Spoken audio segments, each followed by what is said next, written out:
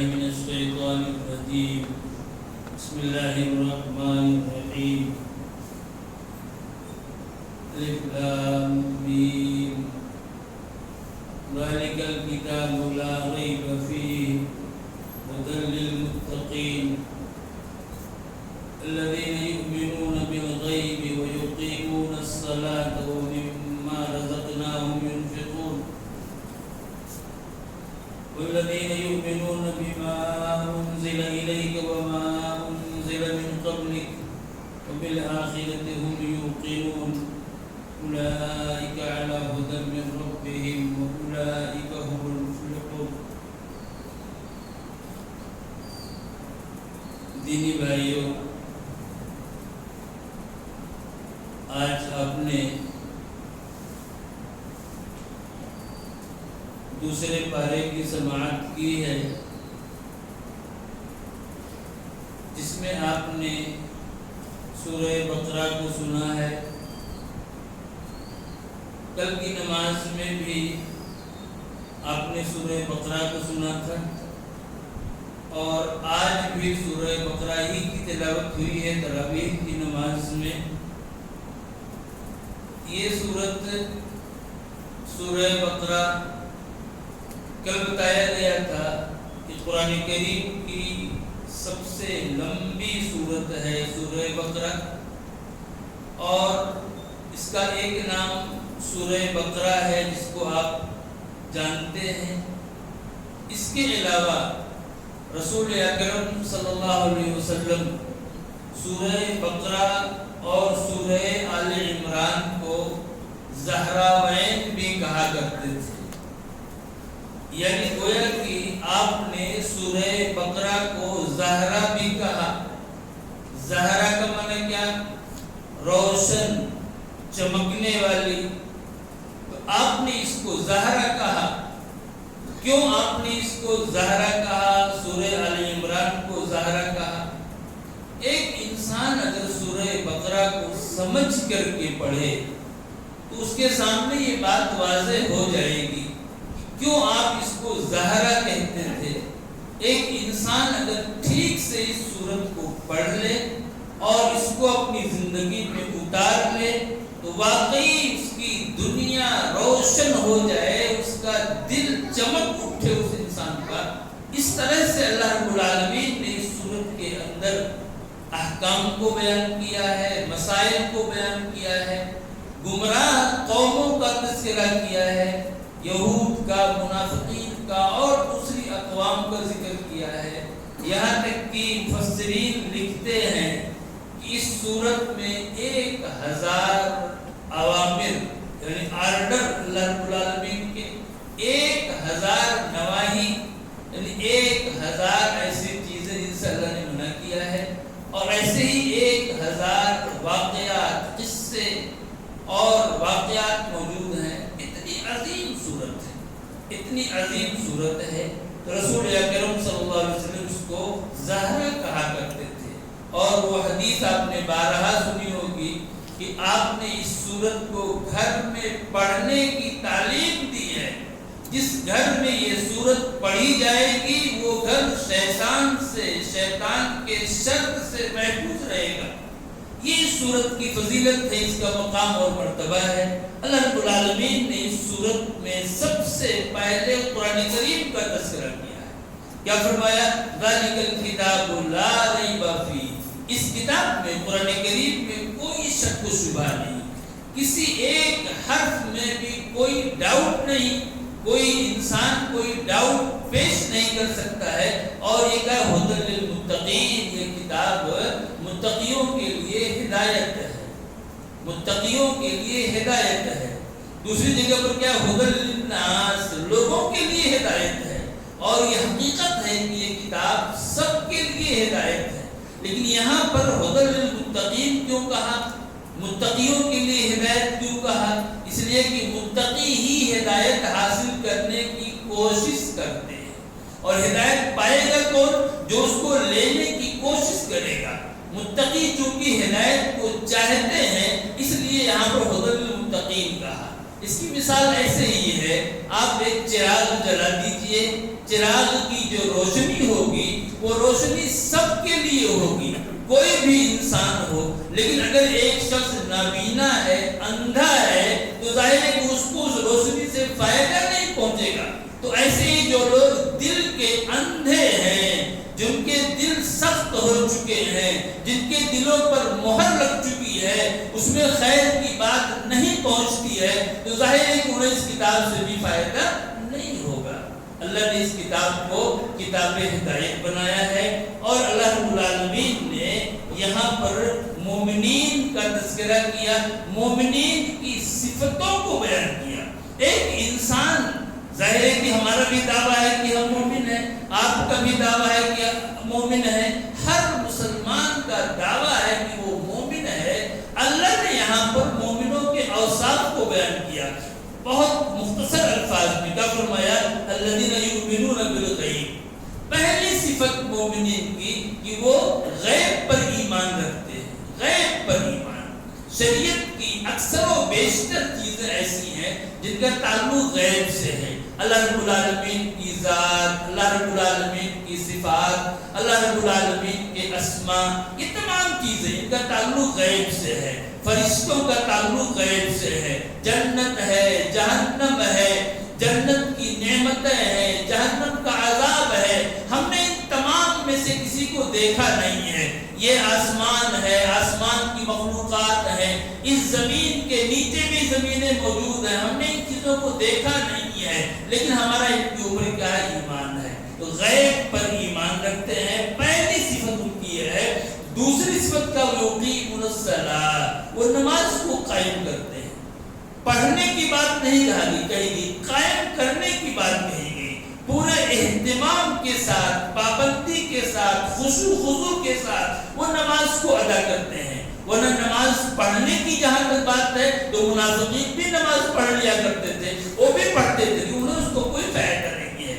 اور تیسری صفت کیا ہے؟ وَمِمَّا رَزَقْنَاهُمْ يُنْفِقُونَ، اور وہ اللہ کی راہ میں اپنے مال کو خرچ کرتے ہیں۔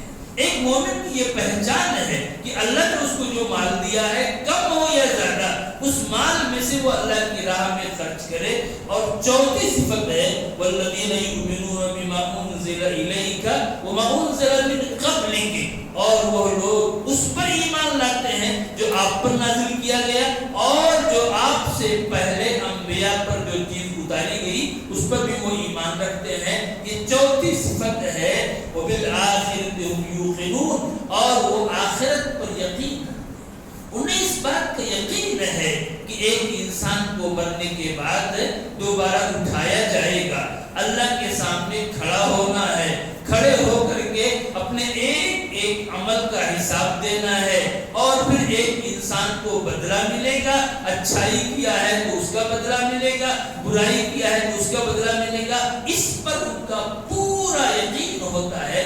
یہ لوگ، یہ اوصاف مومنین کے ہیں جس کے اندر یہ صفتیں موجود ہوں۔ اللہ نے فرمایا اولئک علی ھدی من ربہم، یہی لوگ اپنے رب کی طرف سے ہدایت پر ہیں، اولئک ھم المفلحون، اور یہی لوگ کامیاب ہیں دنیا میں بھی اور آخرت میں بھی۔ اللہ رب العالمین نے یہاں پر مومنین کا تذکرہ کیا، اور مومنین کے ذکر کے بعد اللہ نے کافروں کا ذکر کیا، کافروں کا ذکر کیا، اور وہ کافر جن کے بارے میں اللہ کو معلوم تھا کہ یہ ایمان نہیں لائیں گے، جن کے دلوں پر مہر لگا دی گئی، جیسے کہ ابو جہل ہے، ابو لہب ہے، ان کے بارے میں یہاں پر اشارہ کیا گیا۔ اور پھر اللہ رب العالمین نے منافقین کا تذکرہ کیا اس سورت کے اندر۔ ظاہر سی بات ہے کہ منافقین کا جرم بھی کوئی معمولی جرم نہیں تھا، بلکہ بہت بڑا جرم تھا ان کا، اور منافقین کا تذکرہ کیا گیا، اور کیا رویہ تھا، کیا سلوک تھا ان کا صحابہ کرام کے ساتھ، اس کو یہاں بیان کیا گیا۔ اور ان منافقین سے کہا گیا کہ تمہارے ایمان کا کوئی اعتبار نہیں ہے، تم ایمان کا دعویٰ کرتے ہو، اس ایمان کا کوئی اعتبار نہیں ہے جب تک تمہارا ایمان ویسے نہ ہو جائے جیسے صحابہ کرام کا ایمان ہے۔ جیسے صحابہ کرام کا ایمان ہے، جب ویسے ایمان لے آؤ گے تب تمہارے ایمان کا اعتبار کیا جائے گا۔ اللہ رب العالمین نے چیزوں کا تذکرہ کیا، اور یہاں پر اللہ رب العالمین نے اس سورت کے اندر اللہ تعالی نے عبادت کا تمام انسانوں کو دعوت دی، کس چیز کی؟ عبادت کی اور تقوی کی۔ یا ایھا الناس اعبدوا ربکم الذی خلقکم والذین من قبلکم لعلکم تتقون۔ اے لوگو، تم اپنے اس رب کی عبادت کرو جس نے تم کو پیدا کیا اور تم سے پہلے کے لوگوں کو پیدا کیا، تاکہ تم متقی ہو جاؤ۔ یعنی عبادت اور تقوی یہ دونوں لازم ملزوم ہیں۔ ایک انسان اگر ٹھیک سے عبادت کرے گا تو اس کے یہاں تقوی بھی پایا جائے گا، اور ایک انسان اگر متقی ہوگا تو وہ اللہ کی عبادت بھی کرے گا۔ بغیر عبادت کے تقوی آ جائے ایسا ہو نہیں سکتا ہے، دونوں لازم ملزوم ہیں۔ اللہ نے یہاں پر تمام لوگوں کو اپنی عبادت کی دعوت دی، اور پھر آگے بتایا کہ کیوں میری عبادت کرو، اس کی وجہ بتائی اللہ نے اگلی آیات میں۔ الذی جعل لکم الارض فراشا والسماء بناء وانزل من السماء ماء فاخرج به من الثمرات رزقا لکم۔ اللہ نے بتایا اس کو ایک انسان عبادت میں کیا ہوتا ہے۔ ابھی آپ نے عبادت کی، رکوع کیا، سجدے کیا، جھکتا ہے ایک انسان، عبادت کرنے والا شخص جھکتا ہے کس کے سامنے؟ معبود کے سامنے۔ ایک انسان کس کے سامنے جھکتا ہے؟ اللہ نے اس چیز کو بتایا۔ دو چیزیں ہوتی ہیں، ایک تو جس کے پاس پاور ہو اس کے سامنے ایک انسان جھکتا ہے، اور یا جس سے انسان کو کچھ ملتا ہے اس کے سامنے ایک انسان جھکتا ہے۔ دو ہی چیزیں ہوتی ہیں، یا تو اس کے پاس پاور ہو تو اس پاور کے سامنے وہ جھک جائے گا، اور یا کسی سے کچھ ملنا ہو تو وہاں جھکتا ہے۔ اللہ نے کہا کہ تم میری عبادت کرو، کیوں؟ اس لیے کہ میرے پاس پاور ہے، میں نے اس زمین کو بنایا تمہارے لیے، اس آسمان کو بنایا تمہارے لیے، تو یہ پاور میرے پاس ہے، اس لیے تم میری عبادت کرو۔ اور دوسری چیز یہ ہے کہ تمہیں روزی میں ہی دیتا ہوں، تمہیں جو کچھ ملتا ہے وہ میرے طرف سے ملتا ہے، اس لیے تم میری عبادت کرو۔ بلکہ اللہ نے اس بات کو صاف کر دیا کہ اس کے علاوہ کوئی عبادت کے لائق نہیں ہے۔ کوئی بھی معبود ہو اس دنیا کے اندر، چاہے وہ معبود کھڑے ہوں یا پڑے ہوں، ظاہر ہے کہ ان کے پاس نہ کوئی پاور ہے اور نہ ہی ان سے کسی کو کچھ ملتا ہے، اس وجہ سے وہ عبادت کے لائق نہیں ہو سکتے ہیں۔ اللہ رب العالمین نے اس عقیدے کو، عقیدے توحید کو بہت واضح انداز میں سمجھایا ہے۔ ایک انسان اگر اس چیز پر غور کر لے تو وہ غیر اللہ کی پوجا نہیں کرے گا، مورتی کی پوجا نہیں کرے گا، قبر کی پوجا نہیں کرے گا، اس لیے کہ وہاں کوئی پاور نہیں ہے، کوئی کیپیسٹی نہیں ہے ان کے اندر، اور ایک انسان کو وہ کچھ دے نہیں سکتے ہیں۔ اللہ رب العالمین نے اس طریقے سے ایک انسان کو عقیدے توحید کی تعلیم دی ہے، اور پھر اللہ رب العالمین نے اس سورت کی آیت نمبر 30 سے آیت نمبر 38 تک کے حضرت آدم کی تخلیق کا، ان کی پیدائش کا تذکرہ کیا ہے، اور اللہ نے آدم کو جو برتری دی، فرشتوں کو جو حکم دیا کہ آدم کو سجدہ کرو، تو یہ سجدہ کرنے کا حکم کیوں دیا گیا، آدم کو کیوں برتری دی گئی، اللہ نے اس کو بتایا ہے کہ اللہ رب العالمین نے ان کو علم دیا تھا، اللہ نے ان کو علم دیا تھا۔ اللہ نے فرمایا وَعَلَّمَ آدَمَ الْأَسْمَاءَ كُلَّهَا، اللہ نے آدم کو سارے اسما ساری چیزوں کے نام بتا دیے، اور جب یہ علم دے دیا آدم کو، تب فرشتوں سے کہا کہ سجدہ کرو آدم کو۔ سجدہ تعظیمی تھا، یہ عبادت کا سجدہ نہیں تھا، تعظیمی سجدہ تھا، اور تعظیمی سجدہ یہ پہلے جائز تھا، پچھلی امتوں میں جائز تھا، اس امت کے لیے یہ بھی جائز نہیں ہے یہ سجدہ۔ تو یہاں پر اس سے علم کی فضیلت معلوم ہوئی ہے کہ آدم کو فرشتوں پر جو برتری حاصل ہوئی وہ اس علم کی بنیاد پر، جو علم اللہ رب العالمین نے انہیں عطا فرمائی تھی، اور تو اس علم کی فضیلت معلوم ہوئی۔ اور کون سے علم کی؟ وہ علم جو اللہ کی طرف سے ہو، جو علم اللہ کی طرف سے آیا ہو اس علم کی فضیلت اور اس کی برتری بھی اس واقعے سے معلوم ہوتی ہے۔ اور اس کے علاوہ اللہ رب العالمین نے اس سورت کے اندر آیت نمبر 40 سے آیت نمبر 123 تک بہت ہی زیادہ تفصیل کے ساتھ یہود کا تذکرہ کیا۔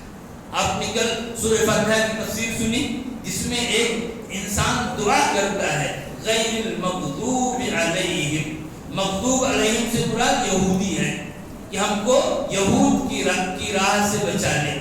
اللہ رب العالمین نے یہاں پر اس کی آیات میں یہود کا تذکرہ کیا، ان کی برائیوں کا تذکرہ کیا، یہود کے اندر کس طرح کی برائیاں تھیں اللہ رب العالمین نے ان کو ایک ایک کر کے بیان کیا ہے۔ اللہ نے یہ بتایا ان آیات کے اندر کہ یہود کے اندر ایک برائی یہ تھی کہ وہ نیکی کا حکم تو دیتے تھے، نیکی کا حکم تو دیتے تھے لیکن خود اس پر عمل نہیں کرتے تھے۔ ایک برائی ان کے یہاں یہ تھی، اور اسی طریقے سے ایک برائی ان کے یہاں یہ تھی کہ وہ برائیوں کو کرنے کے لیے، گناہ کے کام کو کرنے کے لیے حیلہ اختیار کرتے، اس کے لیے چال چلتے تھے۔ یہ بھی ان کے یہاں ایک خرابی موجود تھی۔ اور اس کے علاوہ اللہ رب العالمین کا کوئی حکم آتا تو اس حکم کو ماننے کے بجائے، اس حکم کے سامنے سر تسلیم خم کرنے کے بجائے اس میں چیمی گوئی کرتے، اپنی طرف سے طرح طرح کے سوالات کرتے۔ جیسے کہ ایک واقعہ اللہ نے بیان کیا ہے کہ جب ان کے یہاں ایک کیس ہوا تھا مرڈر کا، یا ایک انسان کو مار کر کے پھینک دیا گیا تھا، اس موقع سے اللہ کا حکم کیا ہوا تھا کہ ایک گائے ذبح کر دو۔ اب کوئی بھی گائے وہ ذبح کرتے تو اللہ رب العالمین کے اس آرڈر کی تعمیل ہو جاتی، لیکن انہوں نے ایسا نہ کر کے اس میں بحث شروع کر دی، پوچھنا شروع کر دیا، گائے کی عمر کتنی ہو، گائے کا رنگ کا کیسا ہو، یہ سب پوچھنا شروع کر دیا۔ یہ یہود کی ایک خرابی یہ تھی، بیجا سوال۔ آج کتنے لوگ ایسے ہیں دین پر عمل کرنے کے بجائے بیجا سوالات، اور اس میں ہندی کی چندی نکالنا، ایسے ایسے سوال جن کی کوئی ان کو ضرورت نہیں ہے، اس طرح کی باتیں کریں گے، لیکن عمل نہیں کریں گے۔ حالانکہ اسلام کی جو تعلیم ہے کہ جو اللہ کا حکم آئے اس کے اوپر انسان عمل کرے اور اس میں بیجا سوالات سے وہ بچے۔ ایسے ہی ان یہود کے یہاں بہت ساری خرابیاں موجود تھیں۔ اللہ رب العالمین کے کلام کو بدل دیتے تھے، تورات کے احکام کو ان لوگوں نے بدل ڈالا، اس میں تحریف کر دی، اور اس کے علاوہ اپنی طرف سے کوئی چیز بناتے، دین کی کوئی بات اپنی طرف سے گڑھتے اور اس کو اللہ کی طرف منسوب کر دیتے کہ اس کو اللہ نے فرمایا ہے، اور پھر اس کے ذریعے سے وہ پیسے کماتے، لوگوں سے مال اینٹتے تھے۔ اس کے علاوہ وہ یہ بھی کہا کرتے تھے کہ ہم تو انبیاء کی اولاد ہیں، یعنی بہت ہی اونچے حسب نسب کے ہیں، انبیاء کی اولاد ہیں، ہم جہنم میں نہیں جا سکتے ہیں، یا اگر گئے بھی تو چند دنوں کے لیے جائیں گے، باقی ہم جہنم میں نہیں جا سکتے ہیں، یہ بھی وہ کہا کرتے تھے۔ اور اس کے علاوہ انہوں نے تکبر سے کام لیا، انبیاء کو قتل کیا، اور نہ جانے اور بھی دوسری خرابیاں تھیں۔ اللہ کی کتاب کو چھوڑ کر کے، اللہ کی کتاب کو چھوڑ شیطان کے پیچھے لگ گئے، شیطان کے پیچھے لگ گئے، اور بیجا عمل، سفلی عمل، جادو ٹونا، ان تمام چیزوں میں وہ لوگ لگ گئے۔ اللہ نے ان تمام چیزوں کو بیان کیا ہے۔ اب آپ دیکھیے ذرا سا ان آیات کو پڑھیے اور پھر اس امت کو دیکھیے کہ یہ برائیاں اس امت میں پائی جاتی ہے کہ نہیں پائی جاتی ہے، اس طرح کی چیزیں ملیں گی۔ تو اللہ نے ان چیزوں کو بیان کیا ہے تاکہ ایک مسلمان اس طرح کی خرابیوں سے، اس طرح کی برائیوں سے اپنے آپ کو بچائے، محفوظ رکھے۔ اللہ رب العالمین نے بہت تفصیل کے ساتھ ان یہود کا تذکرہ کیا ہے، اور پھر اللہ رب العالمین نے اس صورت کے اندر خانہ کعبہ کی تعمیر کا بھی تذکرہ کیا ہے کہ کیسے اس کے بندے ابراہیم علیہ السلام اور ان کے فرزند اسماعیل علیہ السلام نے خانہ کعبہ کی تعمیر کی، اور اس نیک کام کو کرتے وقت ان کے دل میں کس طرح کے جذبات تھے، کس طرح کے جذبات تھے، اتنا عظیم کام کرتے جا رہے تھے اور دعا بھی کر رہے تھے، ربنا تقبل منا، میں رب تو ہمیں قبول فرما دے۔ ایک انسان کتنا ہی بڑا کام کر ڈالے لیکن اگر وہ اللہ کی بارگاہ میں مقبول نہ ہو تو اس کی کوئی حیثیت نہیں ہے. لیکن چھوٹا کام اگر ہے اور وہ اللہ کے یہاں قبول ہو جائے تو وہ ایک انسان کے لیے بہت بڑی چیز ہے. ابراہیم علیہ السلام بنا رہے ہیں خانہ کعبہ کو اور کہ ربنا تقبل منا انک انت السمیع العلیم، اللہ نے اسے دوسرا کیا ہے. اور اس کے علاوہ میں نے آپ کو بتایا کہ اس صورت میں چونکہ یہ مدنی صورت ہے اس لیے اس میں احکام بہت زیادہ ہیں، بڑے بڑے احکام، نماز کا مسئلہ، ایسے ہی زکوٰۃ کا مسئلہ، ان تمام چیزوں کو یہاں بیان کیا گیا ہے. حج کے جو احکام ہیں، مسائل ہیں، ان کو بھی اللہ رب العالمین نے اس صورت کے اندر بیان کیا ہے. اور اسی طریقے سے آپ دیکھیں گے تو نماز کے بارے میں اللہ نے ایسے احکام بیان کیے ہیں جس سے نماز کی حد درجہ اہمیت معلوم ہوتی ہے کہ ایک انسان اگر خراب سے خراب کنڈیشن میں بھی ہے، خراب سے خراب کنڈیشن ہے، دشمن کا خوف اس کو ہے، خطرہ ہے، اس حالت میں بھی اس کو نماز نہیں چھوڑنا ہے بلکہ جس طرح سے وہ پڑھ سکتا ہو اس طرح سے وہ نماز کو پڑھ لے گا. اللہ رب العالمین نے یہاں اس چیز کو بیان کیا ہے کہ کیسے ایک انسان کو اسے کرنا ہے. اور اس کے علاوہ میرے بھائیوں اس صورت کے اندر آپ دیکھیں گے اور دوسرے احکام ہیں. یہ رمضان کا مہینہ چل رہا ہے، آج پہلا روزہ آپ نے رکھا ہے. روزے کے جتنے مسائل قرآن میں بیان کیے گئے وہ سب اسی صورت میں جتنی باتیں قرآن نے بیان کی ہیں وہ سب آپ کو یہی ملیں گی. اللہ رب العالمین نے روزے کے احکام کو یہاں پر بیان کیا اور اس کی کچھ تفصیل بتائی. اللہ نے یہ بتایا کہ یہ روزہ کیا ہے، فرض ہے. کسی انسان کو اختیار نہیں، چاہے تو رکھے چاہے تو نہیں، یہ کیا ہے، فرض ہے. اور اس کے علاوہ کوئی اگر بیمار ہے یا مسافر ہے تو اس کو اجازت ہے کہ وہ اس وقت روزہ نہ رکھ کر کے بعد میں وہ اس کی قضا کر لے. اللہ نے اس چیز کو بتایا. ایسے ہی اگر کوئی انسان ایسا ہے جس کے اندر روزہ رکھنے کی طاقت ہی نہیں ہے، بہت بوڑھا ہو چکا ہے، اب اس کے یہاں طاقت لوٹے گی نہیں، یا ایک انسان ایسی بیماری سے دوچار ہے کہ اب وہ ٹھیک نہیں ہو سکتا ہے، ایسے لوگوں کے لیے اللہ رب العالمین نے یہ حکم دیا ہے کہ وہ ہر روزے کے بدلے ایک مسکین کو کھانا کھلا دیا کریں اور یہ ان کے لیے کافی ہو جائے گا. ایسی ہی ایک عورت ہے جو حاملہ ہے یا کوئی عورت جو دودھ پلا رہی ہے بچے کو اور ان دونوں کو روزہ رکھنے کی وجہ سے ان کو خطرہ ہے، اپنے آپ پر خطرہ ہے، بچے پر خطرہ ہے، تو ایسی عورتیں بھی مریض ہی جو حکم میں ہیں ان کو بھی اجازت ہے کہ وہ ابھی روزہ ترک کر دیں اور بعد میں ان کے حالات بچے ہو جائیں تو اسی قضا کر دیں. اللہ رب العالمین نے اس میں روزے کے اور بھی احکام بیان کیے ہیں اور یہ بتایا کہ ایک روزے دار کے لیے رات میں اپنی بیوی سے صحبت کرنا یہ کیا ہے، جائز ہے، لیکن دن میں جیسے کھانا حرام پینا حرام ویسے ہی بیوی سے صحبت کرنا بھی حرام ہے. اس چیز کو اللہ نے واضح کیا ہے.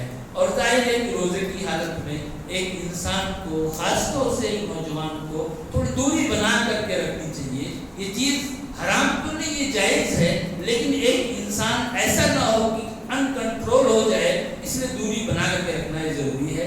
اگر کسی انسان سے اس طرح کی حرکت ہو جائے، کبھی ایک انسان ہے، کبھی اس سے غلطی ہو سکتی ہے، تو پھر اسلام کو اس کے لیے کفارہ رکھا ہے اور وہ بڑا کفارہ اس کے لیے ہے. وہ انسان جو ہے وہ انسان 60 مسکینوں کو کھانا کھلائے یا 2 ماہ کے مسلسل روزے رکھے. یہ سب کفارے ہیں، کفاروں کو دینا اس کے لیے ضروری ہے. سب چیزیں ہیں، ان احکام کو اللہ رب العالمین نے اس صورت میں بیان فرمایا ہے. اور بھی اس کے علاوہ آپ دیکھیں گے قسم کے احکام. ایک انسان کو قسم کھانے کے طریقے بتائے گئے اور ایسے ہی نکاح کے مسائل کو ذکر کیا گیا. کس سے نکاح کر سکتا ہے آدمی، کس سے نہیں کر سکتا ہے. طلاق کے مسائل کو بیان کیا گیا، خلا کے مسائل کو بیان کیا گیا. ایسے ہی عورتوں کے مہر کے مسائل کو بیان کیا گیا. ایک عورت کس حالت میں پوری مہر پائے گی، کب آدھی مہر پائے گی اور کب مہر نہیں پائے گی، ان تمام چیزوں کو اللہ رب العالمین نے بیان کیا۔ اس طرح سے معاشرت کے مسائل کو بیان کیا، اور یہی نہیں بلکہ آپسی تعلقات کے مسائل، آپ جو لین دین کرتے ہیں ایک دوسرے کے ساتھ ہے تو اس کے آداب کو بھی اللہ نے بتایا کہ ایک انسان لین دین کرے تو کیسے کرے، اس کو لکھ لے، گواہ بنا دے، ان چیزوں کو بتایا گیا۔ اور جو بڑی بڑی برائیاں ہیں جیسے کہ شراب ہے، جوا ہے، سود ہے، ان تمام چیزوں سے اللہ رب العالمین کی صورت میں منع فرمایا۔ اور بھی بہت سارے احکام ہیں، مسائل ہیں جن کے لیے وقت نہیں ہے کہ اور باتیں ذکر کی جائیں۔ بہرحال یہ صورت انتہائی اہم صورت ہے، ہمیں اس صورت کو پڑھنا چاہیے، سمجھنا چاہیے، اور اس کے جو احکام ہیں، مسائل ہیں، ان کو ہمیں اپنے گھروں میں، گھر کے اندر، گھر کے باہر، اپنے معاشرے میں، سماج میں ان تمام کو لاگو کرنا چاہیے، نافذ کرنا چاہیے، تاکہ ہماری زندگی روشن ہو جائے، ہماری دل کی دنیا یہ منور ہو جائے، چمک اٹھے۔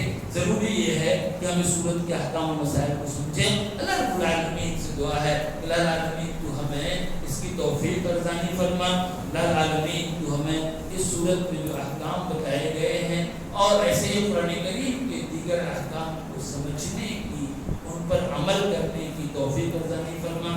اور ہم قرآن سے جو دور جا چکے ہیں، مولا کریم تو ہمیں اس سے قریب کر دے، اور اس قرآن کو ہمارے لیے حجت بنا دے، ہمارے خلاف حجت نہ بنا۔ اللہ العالمین تو ہماری چھوٹی بڑی نیکیوں کو قبول فرما لے، اور ہماری مغفرت فرما، ہمارے گناہوں کو معاف فرما۔ اللہ العالمین یہ تیرا بابرکت مہینہ ہے، مولا کریم تو اس ماہ مبارک میں کی برکتوں اور اس کی فضیلتوں، اس کی سعادتوں سے اپنے دامن مراد کو بھرنے کی ہمیں توفیق عطا فرما۔ اور ہم سب کو مولا کریم، ہم سب کو جیسے آج ہم یہاں تیرے گھر میں اکٹھا ہیں، مولا کریم تو اپنی جنت میں ہمیں اکٹھا فرما دے، اور تو ہمیں اپنی وہ نعمتوں بھری جنت نصیب فرما۔ آمین رب العالمین۔ وصلی اللہ علی نبینا محمد وعلی آلہ وصحبہ وسلم تسلیما کثیرا۔ السلام علیکم۔